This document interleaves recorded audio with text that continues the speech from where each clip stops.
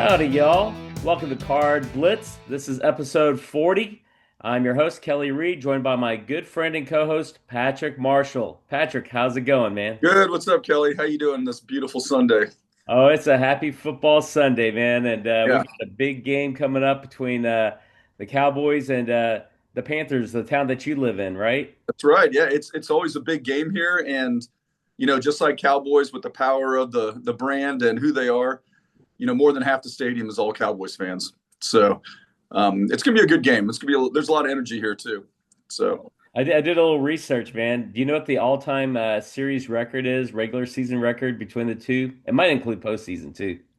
I know the Panthers had the Cowboys number in the playoffs a couple, back Oh back yeah, in the day. So the Panthers are 2-0 against the Cowboys in the wow, postseason. Like when they meet in the postseason, it's over for the Cowboys. But yeah, in the regular season, though, it looks like the Cowboys overall have dominated like 11-3, 11 okay. wins to three losses over the Panthers. But when it counts in the playoffs, yeah, the Panthers have the Cowboys number, man. Yeah, there's good storylines in this game because Rico Dowdell, the ex Cowboys Yeah, running back, Yeah. yeah, has taken on the starting role for the Panthers, and he almost rushed for like 200 yards last week. Well, So he's gonna have a chip on his shoulder, man, when his old team comes to town. So it should be and, interesting. and last season he went off against the Panthers in So okay, 2024, man. So yeah, we're gonna get the full Rico effect, right? yeah, it's gonna be pretty cool. It's gonna be fun to watch. I wonder So if they'll have those memes out there. Call me Uncle Rico or something like that. That'd be yeah, pretty funny. Was that's it really right. football? Yep, Well, man, that's did you watch any of the college football games yesterday? I did. I got to watch, UT the OU game, and that was great. I thought Arch Manning played much better, and the defense was phenomenal for the Longhorns. So I got to watch that game, and then I watched a little bit of the Missouri game and Alabama. Alabama, Yeah, that was really good. I was surprised. I was trying to watch it while I was doing a million dad chores, kids running around.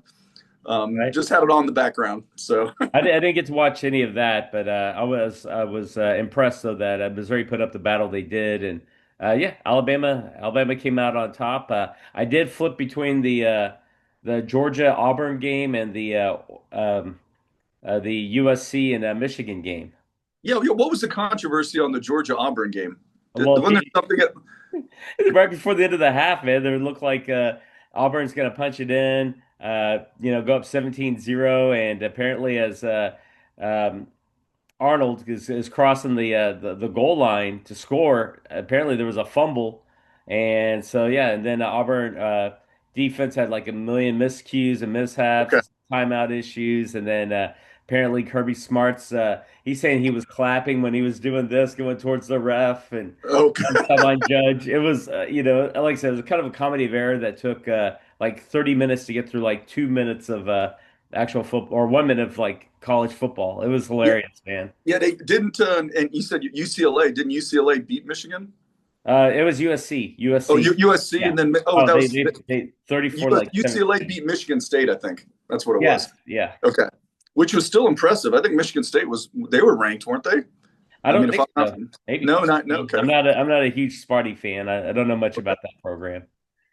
But yeah, dude, the other upset that I saw between after while watching the Red River Shootout was the yep, Indiana Oregon game, yep, and Indiana upset Oregon in Oregon. yeah. Indiana's good. I mean, they're much better than anyone's ever thought. I mean, they've rebuilt.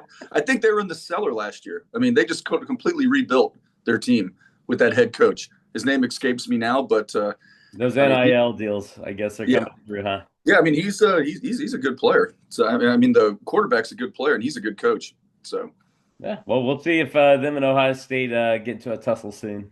yeah, and then you have Penn State's woes. I don't know what's going on Oh, there. I mean, Franklin can't win against a top school or a large conference team ever. well, And then, Northwestern, they're not the largest of yeah, enrollments for universities, and yeah, sure, they're a D1 program, but they're not getting the quality talent you would think Penn State does. But they put together a game plan and they took it to them, and they pulled off the win. yeah, they're favored by 21. Penn State was. And And last week then they you were favored lost. by 24 and a half the week before, and they're losing to two of those teams back to back. I'm like, whoa. UCLA, yeah, and Northwestern. not a good morning to wake up at State College. Uh, Probably not, man. Yeah. Well, what about baseball? You excited for the ALCS and the NLCS? Yeah, I've been watching a little bit more. Obviously, later at night, the games have been going a little bit later here on the East Coast. So, like last night, I got to watch the Brewers take it and win, and then I got to watch the Mariners day before, which I didn't get it. I didn't stay all the way to the 15th, but I made it to like the 10th, and I was like, all right, it's like midnight here. I'm going to bed, Like but I 2 in the woke up. morning, East Coast time. You're like, guys, I gotta wake up. I got kids. I gotta, But I I'm get pretty. it. I mean, I think the Blue Jays and the Mariners are going to be a great series. I think that could go all the way to 7 games. I mean, I think that's going to be pretty fun to watch. You've got some good pitching from the Blue Jays, and then you've just got good defense from the Mariners. I think if the games that are at home, I think they'll probably take those, so it can go back and forth and go to a game 7. You got Vlad Jr. and you got J Rod over there in Seattle. Like you said, you Yeah, got some big name stars in the card hobby world, at least. yeah, oh We're yeah, gonna see how that affects their card values. And then in the NLCS, you got the Brew Crew and Dodgers getting after it, man. yeah. I mean, it's gonna. I mean, you've got stars on both series. I mean, Jackson Churio for the Brewers. I mean, that kid's pretty special.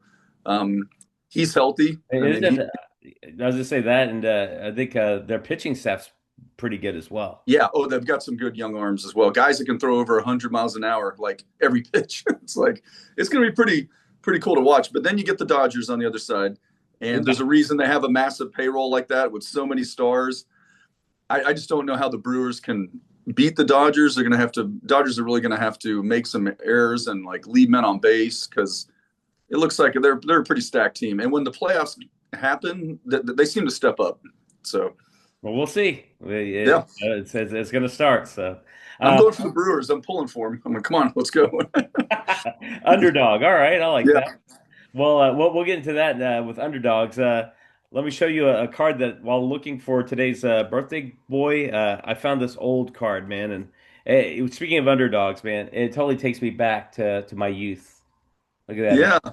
From Super Bowl III. Oh yeah, oh Jets, yeah. the Colts, and the Jets were like the penultimate like underdog for that game, and they pulled a Joe Namath as guarantee. So when you mentioned underdog, this I've had this card for since I was a kid. It's always been in my bedroom when I was younger, and when I look Kelly, at you that should have put on your story, fur coat. You should have put your dude, fur coat on to accentuate the moment. I just think of, like you said, the underdog aspect of it, and like Yeah, how no one gave the AFL a shot. They're like, no, the NFL is the league. They've got the best talent, and no, they hard work outworked that talent that day. yeah.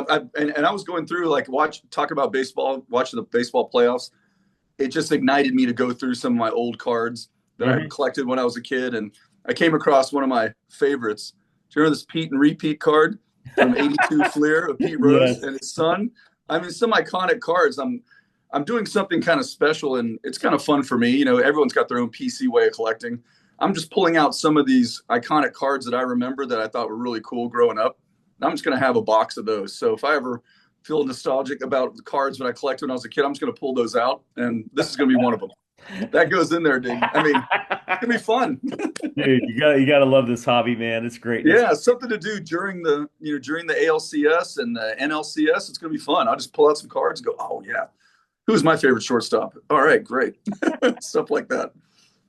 So, Well, speaking of Sundays and Cowboys and birthdays, who you got on tap for this week? this today is a special day because 57 years ago, one Leon Lett of the Dallas Cowboys was born into this world. Nicknamed the Big Cat. I mean, he was a great defensive player for those Super Bowl teams of the Cowboys. I mean, I think he was pretty talented. And I read something this morning about him. He's a seventh round draft pick of the Cowboys in '91. I mean, Jimmy Johnson was a god back then. I mean, he was finding talent all over the place, and it actually delivered. So, not without some hiccups here and there, and some memorable events that Leon gave us Yeah, I was over gonna the say he's years. known for a couple of gaffes there, isn't he? Yeah, but I mean, as far as defensive prowess, I mean, as a defensive time, I mean, he was a beast. I mean, he was hard to. I mean, he was difficult. He made a lot of things happen on the defensive end.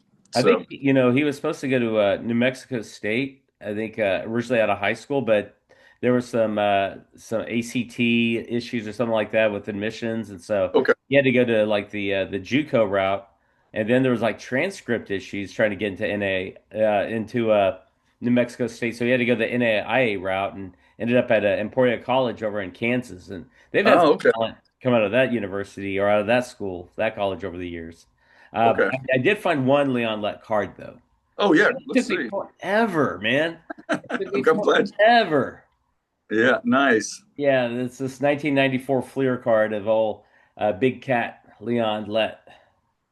Yeah. That's good. That's a good one. I like that. Yeah, so the Dallas Cowboys have had two big cats in their history. They had Rayfield Wright, offensive tackle, and Okay. then they've had Leon Lett, defensive tackle, man. Yeah, and I think Jerry Jones really appreciated his work too and getting him those titles because I think he signed a pretty big contract like in '95. I was going through some notes, $14 million for Yeah, 5 years back in '95. That's pretty impressive. I was like, good for him, but unfortunately, he had some off-field issues that kind of were hard to get back then. over. Yeah. So once he got all the Derailed a money, bit. yeah, once he got all the money, I think he only played like in the next 3 seasons, maybe half of one season or maybe 12 or 14 games in like 2.5 years. So yeah, it was kind of tough. Do you want to So talk about the gaffes of one Leon Lett? that Thanksgiving game still is etched in my mind Oh, where I mean they blocked a field goal. Leon Lett comes charging and tries to jump on it, and the ball is just like just squirts out from under him. Dolphins recover. Next play, they kick the field goal and the game's over. And I'm like, you're standing there going, what happened? What's going on here?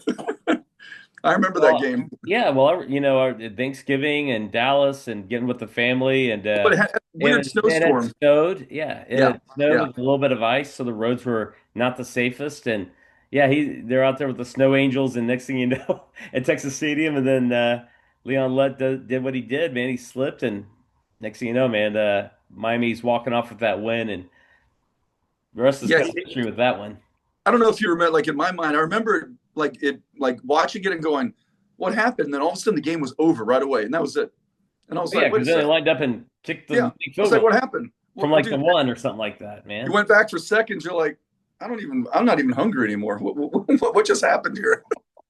And then the Cowboys when they played the Bills in Super Bowl Oh yeah, 27, dude, like he's running towards the end zone with the ball in hand, and Don Beebe still working hard, knocking that thing out, and the yeah, 49ers still have the title for the like largest was it point spread between the two for winning team and lost team, and yeah. they got bragging rights on that. The 49er fans do. Yeah, that say Don Beebe became a immortalized household name in Buffalo after that.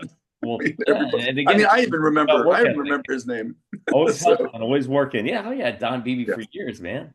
yeah. And but I think if I'm not mistaken, Leon Lett made up for that gaffe in the Super Bowl by causing a fumble in the Super Bowl, maybe in '95, I believe, the last year they won, and it Super led to a Bowl 30. touchdown. Yeah, it led to a touchdown, and I think that really cemented. People kind of forgot about the gaffe a little bit, but when you watch any highlights, they No, like to show it. no, So Cowboys fans and NFL fans, I yeah, know I know. people are going to remember that one forever, man. That's true. Did you find any other cool cards you wanted to show off?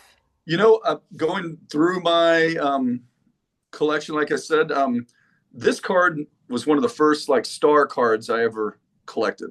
Like, when you're back in the day, you're like, ooh, you open up a pack and you get a star card. This was my first one that I got. I don't know if you could see that. 84 Yeah, tops Cal Ripken. And Cal Ripken had just come off a rookie year in which, he was expected to do well as a player. I think he had some good minor league stats, but he really exploded that this year. I think he had like well, 28 home yeah, I runs, heard over that 100 big he leagues. won a World Series with the Orioles in '83 either, right? Yeah, yeah, it's amazing. Yeah, I mean, I was like, who is this guy? I mean, he was all of a sudden on the map, flawless defense. Little did we know how great he would become. But Another Iron Man, right? yeah, that card was important to me. I was like, I put it in my master cards, my best cards kind of thing. So it was pretty cool. So yeah, I found that and I was like, oh, this is a great card. This is nice. Made me start going through all those 84 cards. So Nice. I yeah, found a few gems in there. For yeah. me, I was when I was looking for the Leon Lett card, I found this card of this guy here. Mean Joe Green. Oh yeah, I remember. Yeah, And yeah, I was thinking about him and UNT, and Friday night UNT was undefeated until yeah. USF came into town and they whooped up on them like 63 to like 23 or something like that. And 36. Yeah, something yeah, like that, yeah. yeah. And so like UNT is no longer undefeated, but they had their first ever sellout at that stadium up the road. And but Mean Joe Green, he still lives here locally. Okay. I was thinking maybe of doing the through the mail autograph thing with him, and just I remember the Coca-Cola commercial, and I remember how he wreaked havoc on the Yeah, on my Dallas Cowboys a couple of times in the Super Bowls, and uh, Mean Joe Green, truly mean. yeah. He could take on two offensive linemen like nothing, and then get chipped, blocked, and still sack you, or cause problems. Yeah, Yeah. exactly. Mean Joe. Uh, Yeah, I think that UNT game, I think they had a chance. I think they were leading that game, from what I read, and they just gave up too many. They made some miscues and mistakes, and all of a sudden it was over. So just like I that, think they man. had a chance to Momentum win. and Yeah, yeah, like you said, next thing you know, they're doing dances in your end in their end zone and winning games. So, yeah, that's right. It's well, football. It's great. what do you think about this basketball release by Topps that's coming out, in early November? I think it's pretty cool. I mean, we talked a little bit about it, in the and about it being coming out, and the design of the old 81, 82 tops cards that are going to be released with this set of 95 tops, or I'm sorry, 2025 tops, is going to be pretty cool. I love when they bring back those old cards. Like The those retro top, designs. yeah, the tops heritage, that baseball's done. I mean, I think those are great. I mean, seeing like new players on those. I mean, I've been bringing back some of these old designs. I think it's going to be a home run for tops. So, Do you think? what are your thoughts? I mean, not being the biggest basketball fan, Yeah, but Cooper Flag, Dallas Mavericks, that'll be his like first Topps rookie card. So there's going to be, the question will be like, do you want to get that card first and say, hey, I've got this first rookie card? Or are you going to say, well, no, I'm going to wait for other Topps products that might be a little bit more higher end, like a Topps Chrome or a Topps Finest. It'll be interesting to see how the market reacts to that. And also Victor, Wimby's like yeah, first ever Topps autograph. They're hyping that up. Um, okay, Dylan Harper, son of Ron Harper, like five-time NBA champ. He's going to be in that set, but it's paper product, and so collecting it because you like the player or trying to complete a set is one thing. But if you're doing it, like, hey, I think it's something that I'm going to pass down to the grandkids or whatever, and it's going to have great value. I don't know if it's going to have that. Again, I'm not into it for the investing part, but you don't want to waste your money. And, the price of like a hobby yeah. box is so high, man. I'm like, I don't know if I'm It's going to play this game. $190. It's expensive. Or the So, jumbo, the jumbo one's even more than that. well, I was wondering, do we know how many cards are going to be in the set? Did we I think did it's 300 from what I saw 300? Okay, on the press release. Yeah. okay. And then, do we know if Cooper's going to have? Is he having parallels and inserts? Is he going Oh, to have an you know that. autograph card? Yes, you know that. Topps is gonna have Okay, like 32 different variations, and but will he have an autograph? Will he have an auto in there? I'm Like sure he will. I'm sure. okay. Sure he will. Because if it's like a one of one, or anything even out of five, I mean that's going to be, for the hobby, that's going to be a sought after card. Yeah, So yeah, that's a hot commodity. But if it's anything Cooper autographed is gonna have value. It's just, uh, correct. is it better just to buy that one card or try to buy boxes to get the card? And part of Right. me says like, if I just want the card, go buy the card. If you're Yeah. trying to put the set together, yeah, you might have fun ripping wax and see what you pull and try to build that set. It'll be interesting to see what the standard base card goes for, because that would be pretty neat to have. I mean, Mhm. I'd buy that and put it on my desk. I mean, that'd be cool. So Well, then get yourself a base rookie yeah, and throw it in a one touch so it looks all pretty, and then yep, that's right. at the desk and it'll be like, hey, North Carolina, here we are. Cooper Flag got his rookie card, Dallas Mavericks, and you can enjoy looking at that card. That's right. That's got a lot of meaning. That's cool. Yeah, I like that. Well, you were talking about your 84 tops Cal Ripken Jr. card that and going through your old cards and maybe setting aside some for like in a box of like nostalgia. Yeah. I mean, let's talk about like organizing cards and sets. And do you have like a specific method you do, or? Yeah, I do. And um, so when you and I got back together and talked about cards, got our card interest back together a couple of years ago, I went out and I bought a lot of these top loaders and the penny sleeves. And I went through and I took a lot of my cards that were in old binders or just in boxes, random, went through and put aside cards that obviously had value, but also cards that had value to me and put them in this particular setup.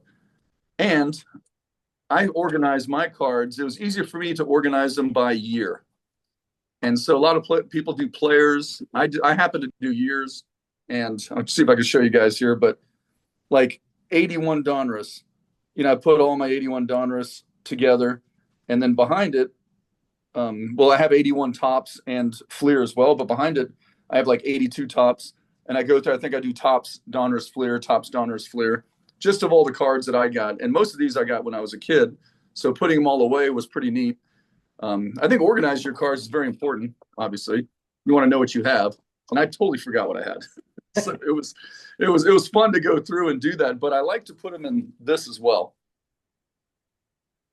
Like Oh, you see okay. that the Little double box, 2 row box, yeah. yeah, 2 row box, and I try to limit how many of those I had when I first started going. I was like, okay, I'm up to like 10 2 row boxes. I think I need to maybe not all the cards need to go in top loaders, but I also went through and found a pretty good deal on the top loader. So I was like, well, if I do this now, I won't ever have to do it again. It'll be done forever. And I can have a better way of going through my cards whenever I want to, rather than having them in a box and then pulling them out and having to go through all of them.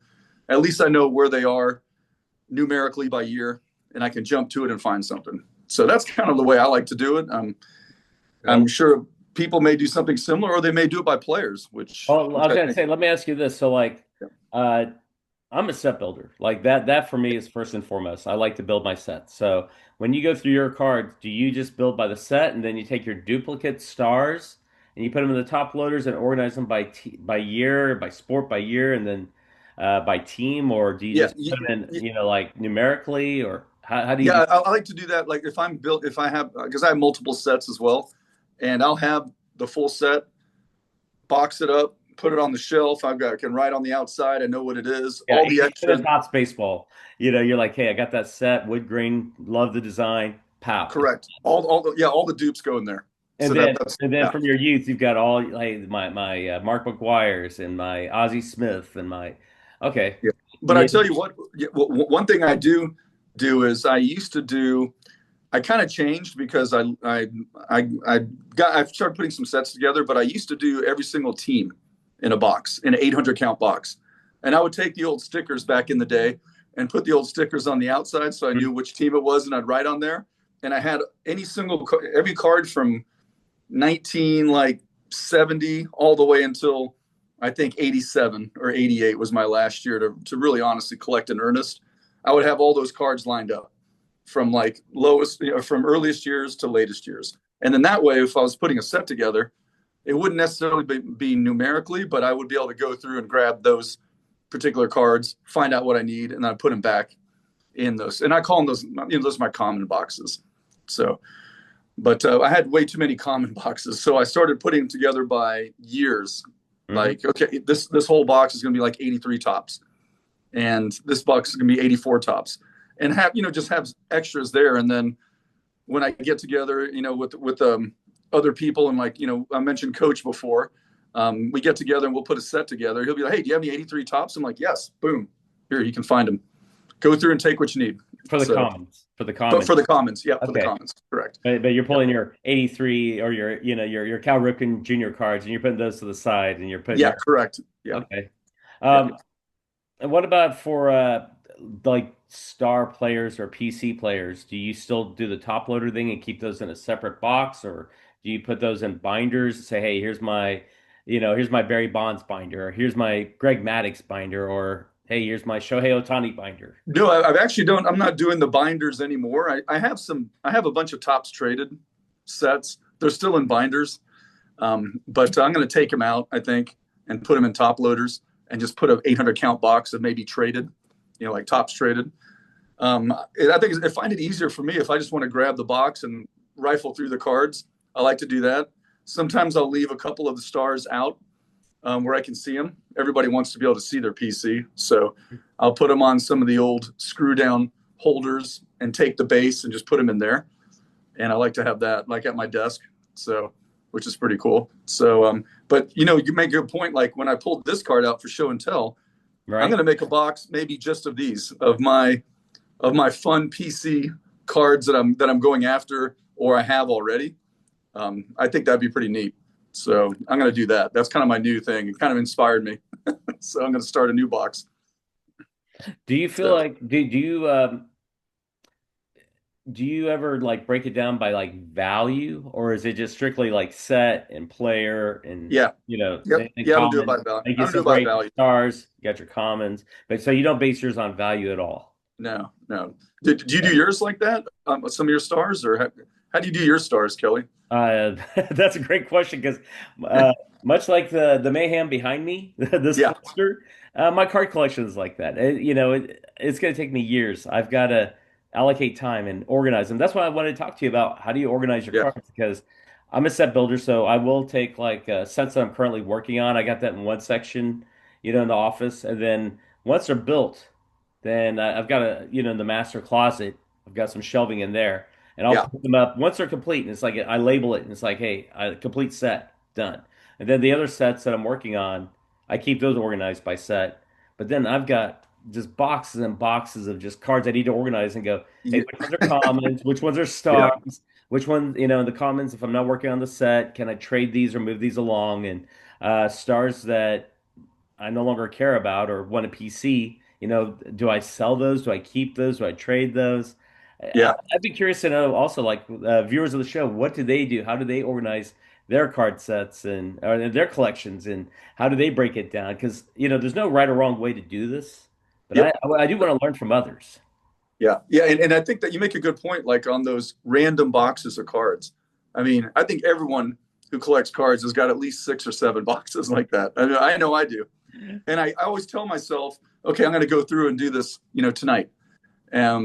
Maybe whatever may happen in your life. Kids go to bed, you pull out a box of cards, which is how it started with me. You start And then getting if you got busy. an hour, you just Yeah, put on some music or some background, something on the TV, and you're just organizing and working. yeah, or and then you look up and it's midnight. You're like, I got to go to work in the morning. What am I doing? 3 hours have gone by because you start getting into it, which Yeah, happens you're a like, lot. oh, I haven't seen this one, and you need to get a wax nostalgic on it, and But next it's thing you pretty know, it's satisfying. It's midnight. satisfying when you have them organized and you can like I can walk into my closet that's got my PC collection in it. I can walk right up. I know which box is which. Pull something down, rifle through a few cards, find what I need. Hmm. It's nice. Now the sets and the commons and the boxes of unnamed cards, not knowing what they are. I do have them by baseball, football, or basketball.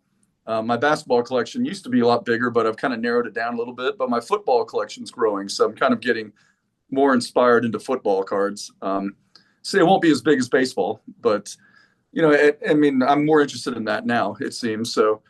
I'm starting to go through the football cards in more earnest. So I guess you could say, Well, we're kind of wrapping it up. Then let me ask you yeah, this. So, I mean, do you like keeping your cards in binders, or do you like keeping them in boxes, or is it kind of a yeah. hybrid system of I like boxes. you do like boxes? Yeah, I like I kind of boxes. feel I kind of lean towards the binder thing for like a set, but then you sit there and go, hey, how much space is, all these binders going to take up? And I would have to have like wall, like just covered with binders.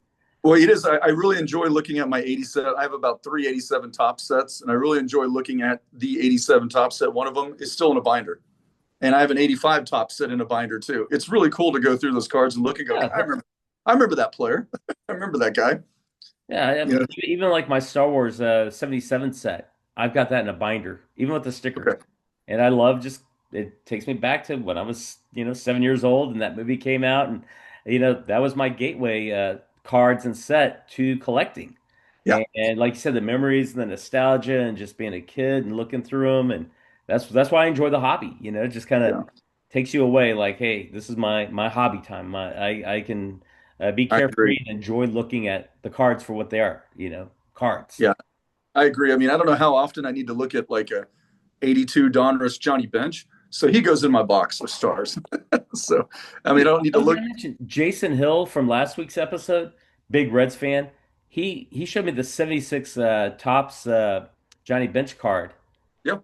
and he was like, and he said he looks like a gunslinger with all the dust, and I was like, Yeah. I don't have that card, but that makes me want to get that card, and remembering that, doing the episode with him, but it's a cool looking card.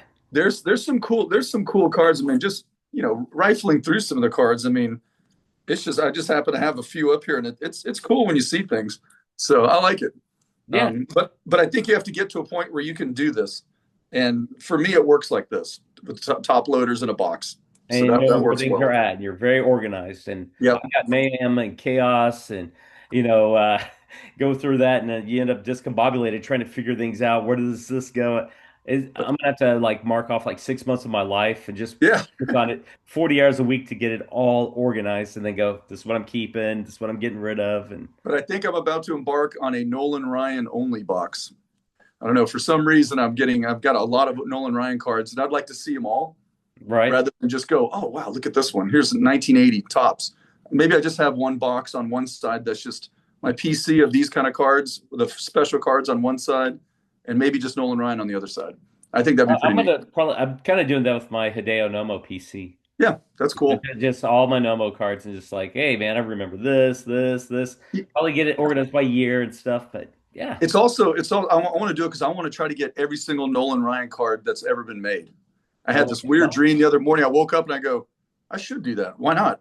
I mean, the that'd be mother's fun. cookies and the all the other regional and food Yeah. varieties and I mean, it would be a fun little adventure to go on. oh, So I've got time. Maybe I can knock it out.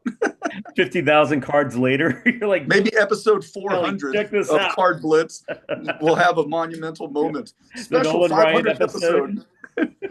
I've officially hit the PC of 16,000, no, Exactly. 1,672 cards of Nolan Ryan. Oh, dude, just go to trading card database. I'm sure if you look Oh, that up, how many different types of cards he has, man. yeah, that's good. Tons. I love that website. That's a good website. Yeah, I'd start there with your checklist. Well, hey, Yeah. let me wrap things up with a little NLCS Stump Patrick moment. Okay. All right. Ready? All right. Yep. So, in regard to this Brewers Dodgers series, previously to this year, how many times have these two teams met in the postseason? Okay. All right. So, is it five? Is it two? Is it one? Or is it zero? And this is the first one. Okay. Let's see. Brewers 90. I'm going to go with two. You're saying two? Yep. And you are correct. Yeah. Was it You hit that one. 83 or 84 and then something like 95 or something like that when I My think they understanding, it was more recent. It was 2018 2018. Okay. and 2020. So this will be their third time. Really? Okay, I thought there was some old vintage thing that I And that you I got to missed. remember, they weren't the Brewers in the American League You're right because now I'm thinking, they would have only met in the World Series previously. So yeah, that's right. Okay. yeah, they met in 2018 and 2020. That's right. You got it. That's right. And Okay. the Dodgers won both of them. Okay. But the So Dodgers have been on a roll. So see, I'm stuck in the 80s today. So which is not a bad place to be in the collecting world. So I invite everyone to come join me. well, CardBlitz fans, definitely enjoy your football Sunday. Let us know what your thoughts are on how you organize your cards. If you want to do like a little VR, if you're, doing the YouTube thing, or put it down in the comments. Patrick and I, we want to learn from you and how you organize your collection. And then so it's quick reference for you and how you do that. Patrick, you got any parting words or anything you want to say? No, let's get ready for an enjoyable day of football. It's the NFL. They put on a good, it's the best show on earth. So I'm going to enjoy it today. I Well, hope everyone else enjoy your does. football Sunday as will I, and we'll catch you on the next episode. You got it. All right, take All right. care. See ya.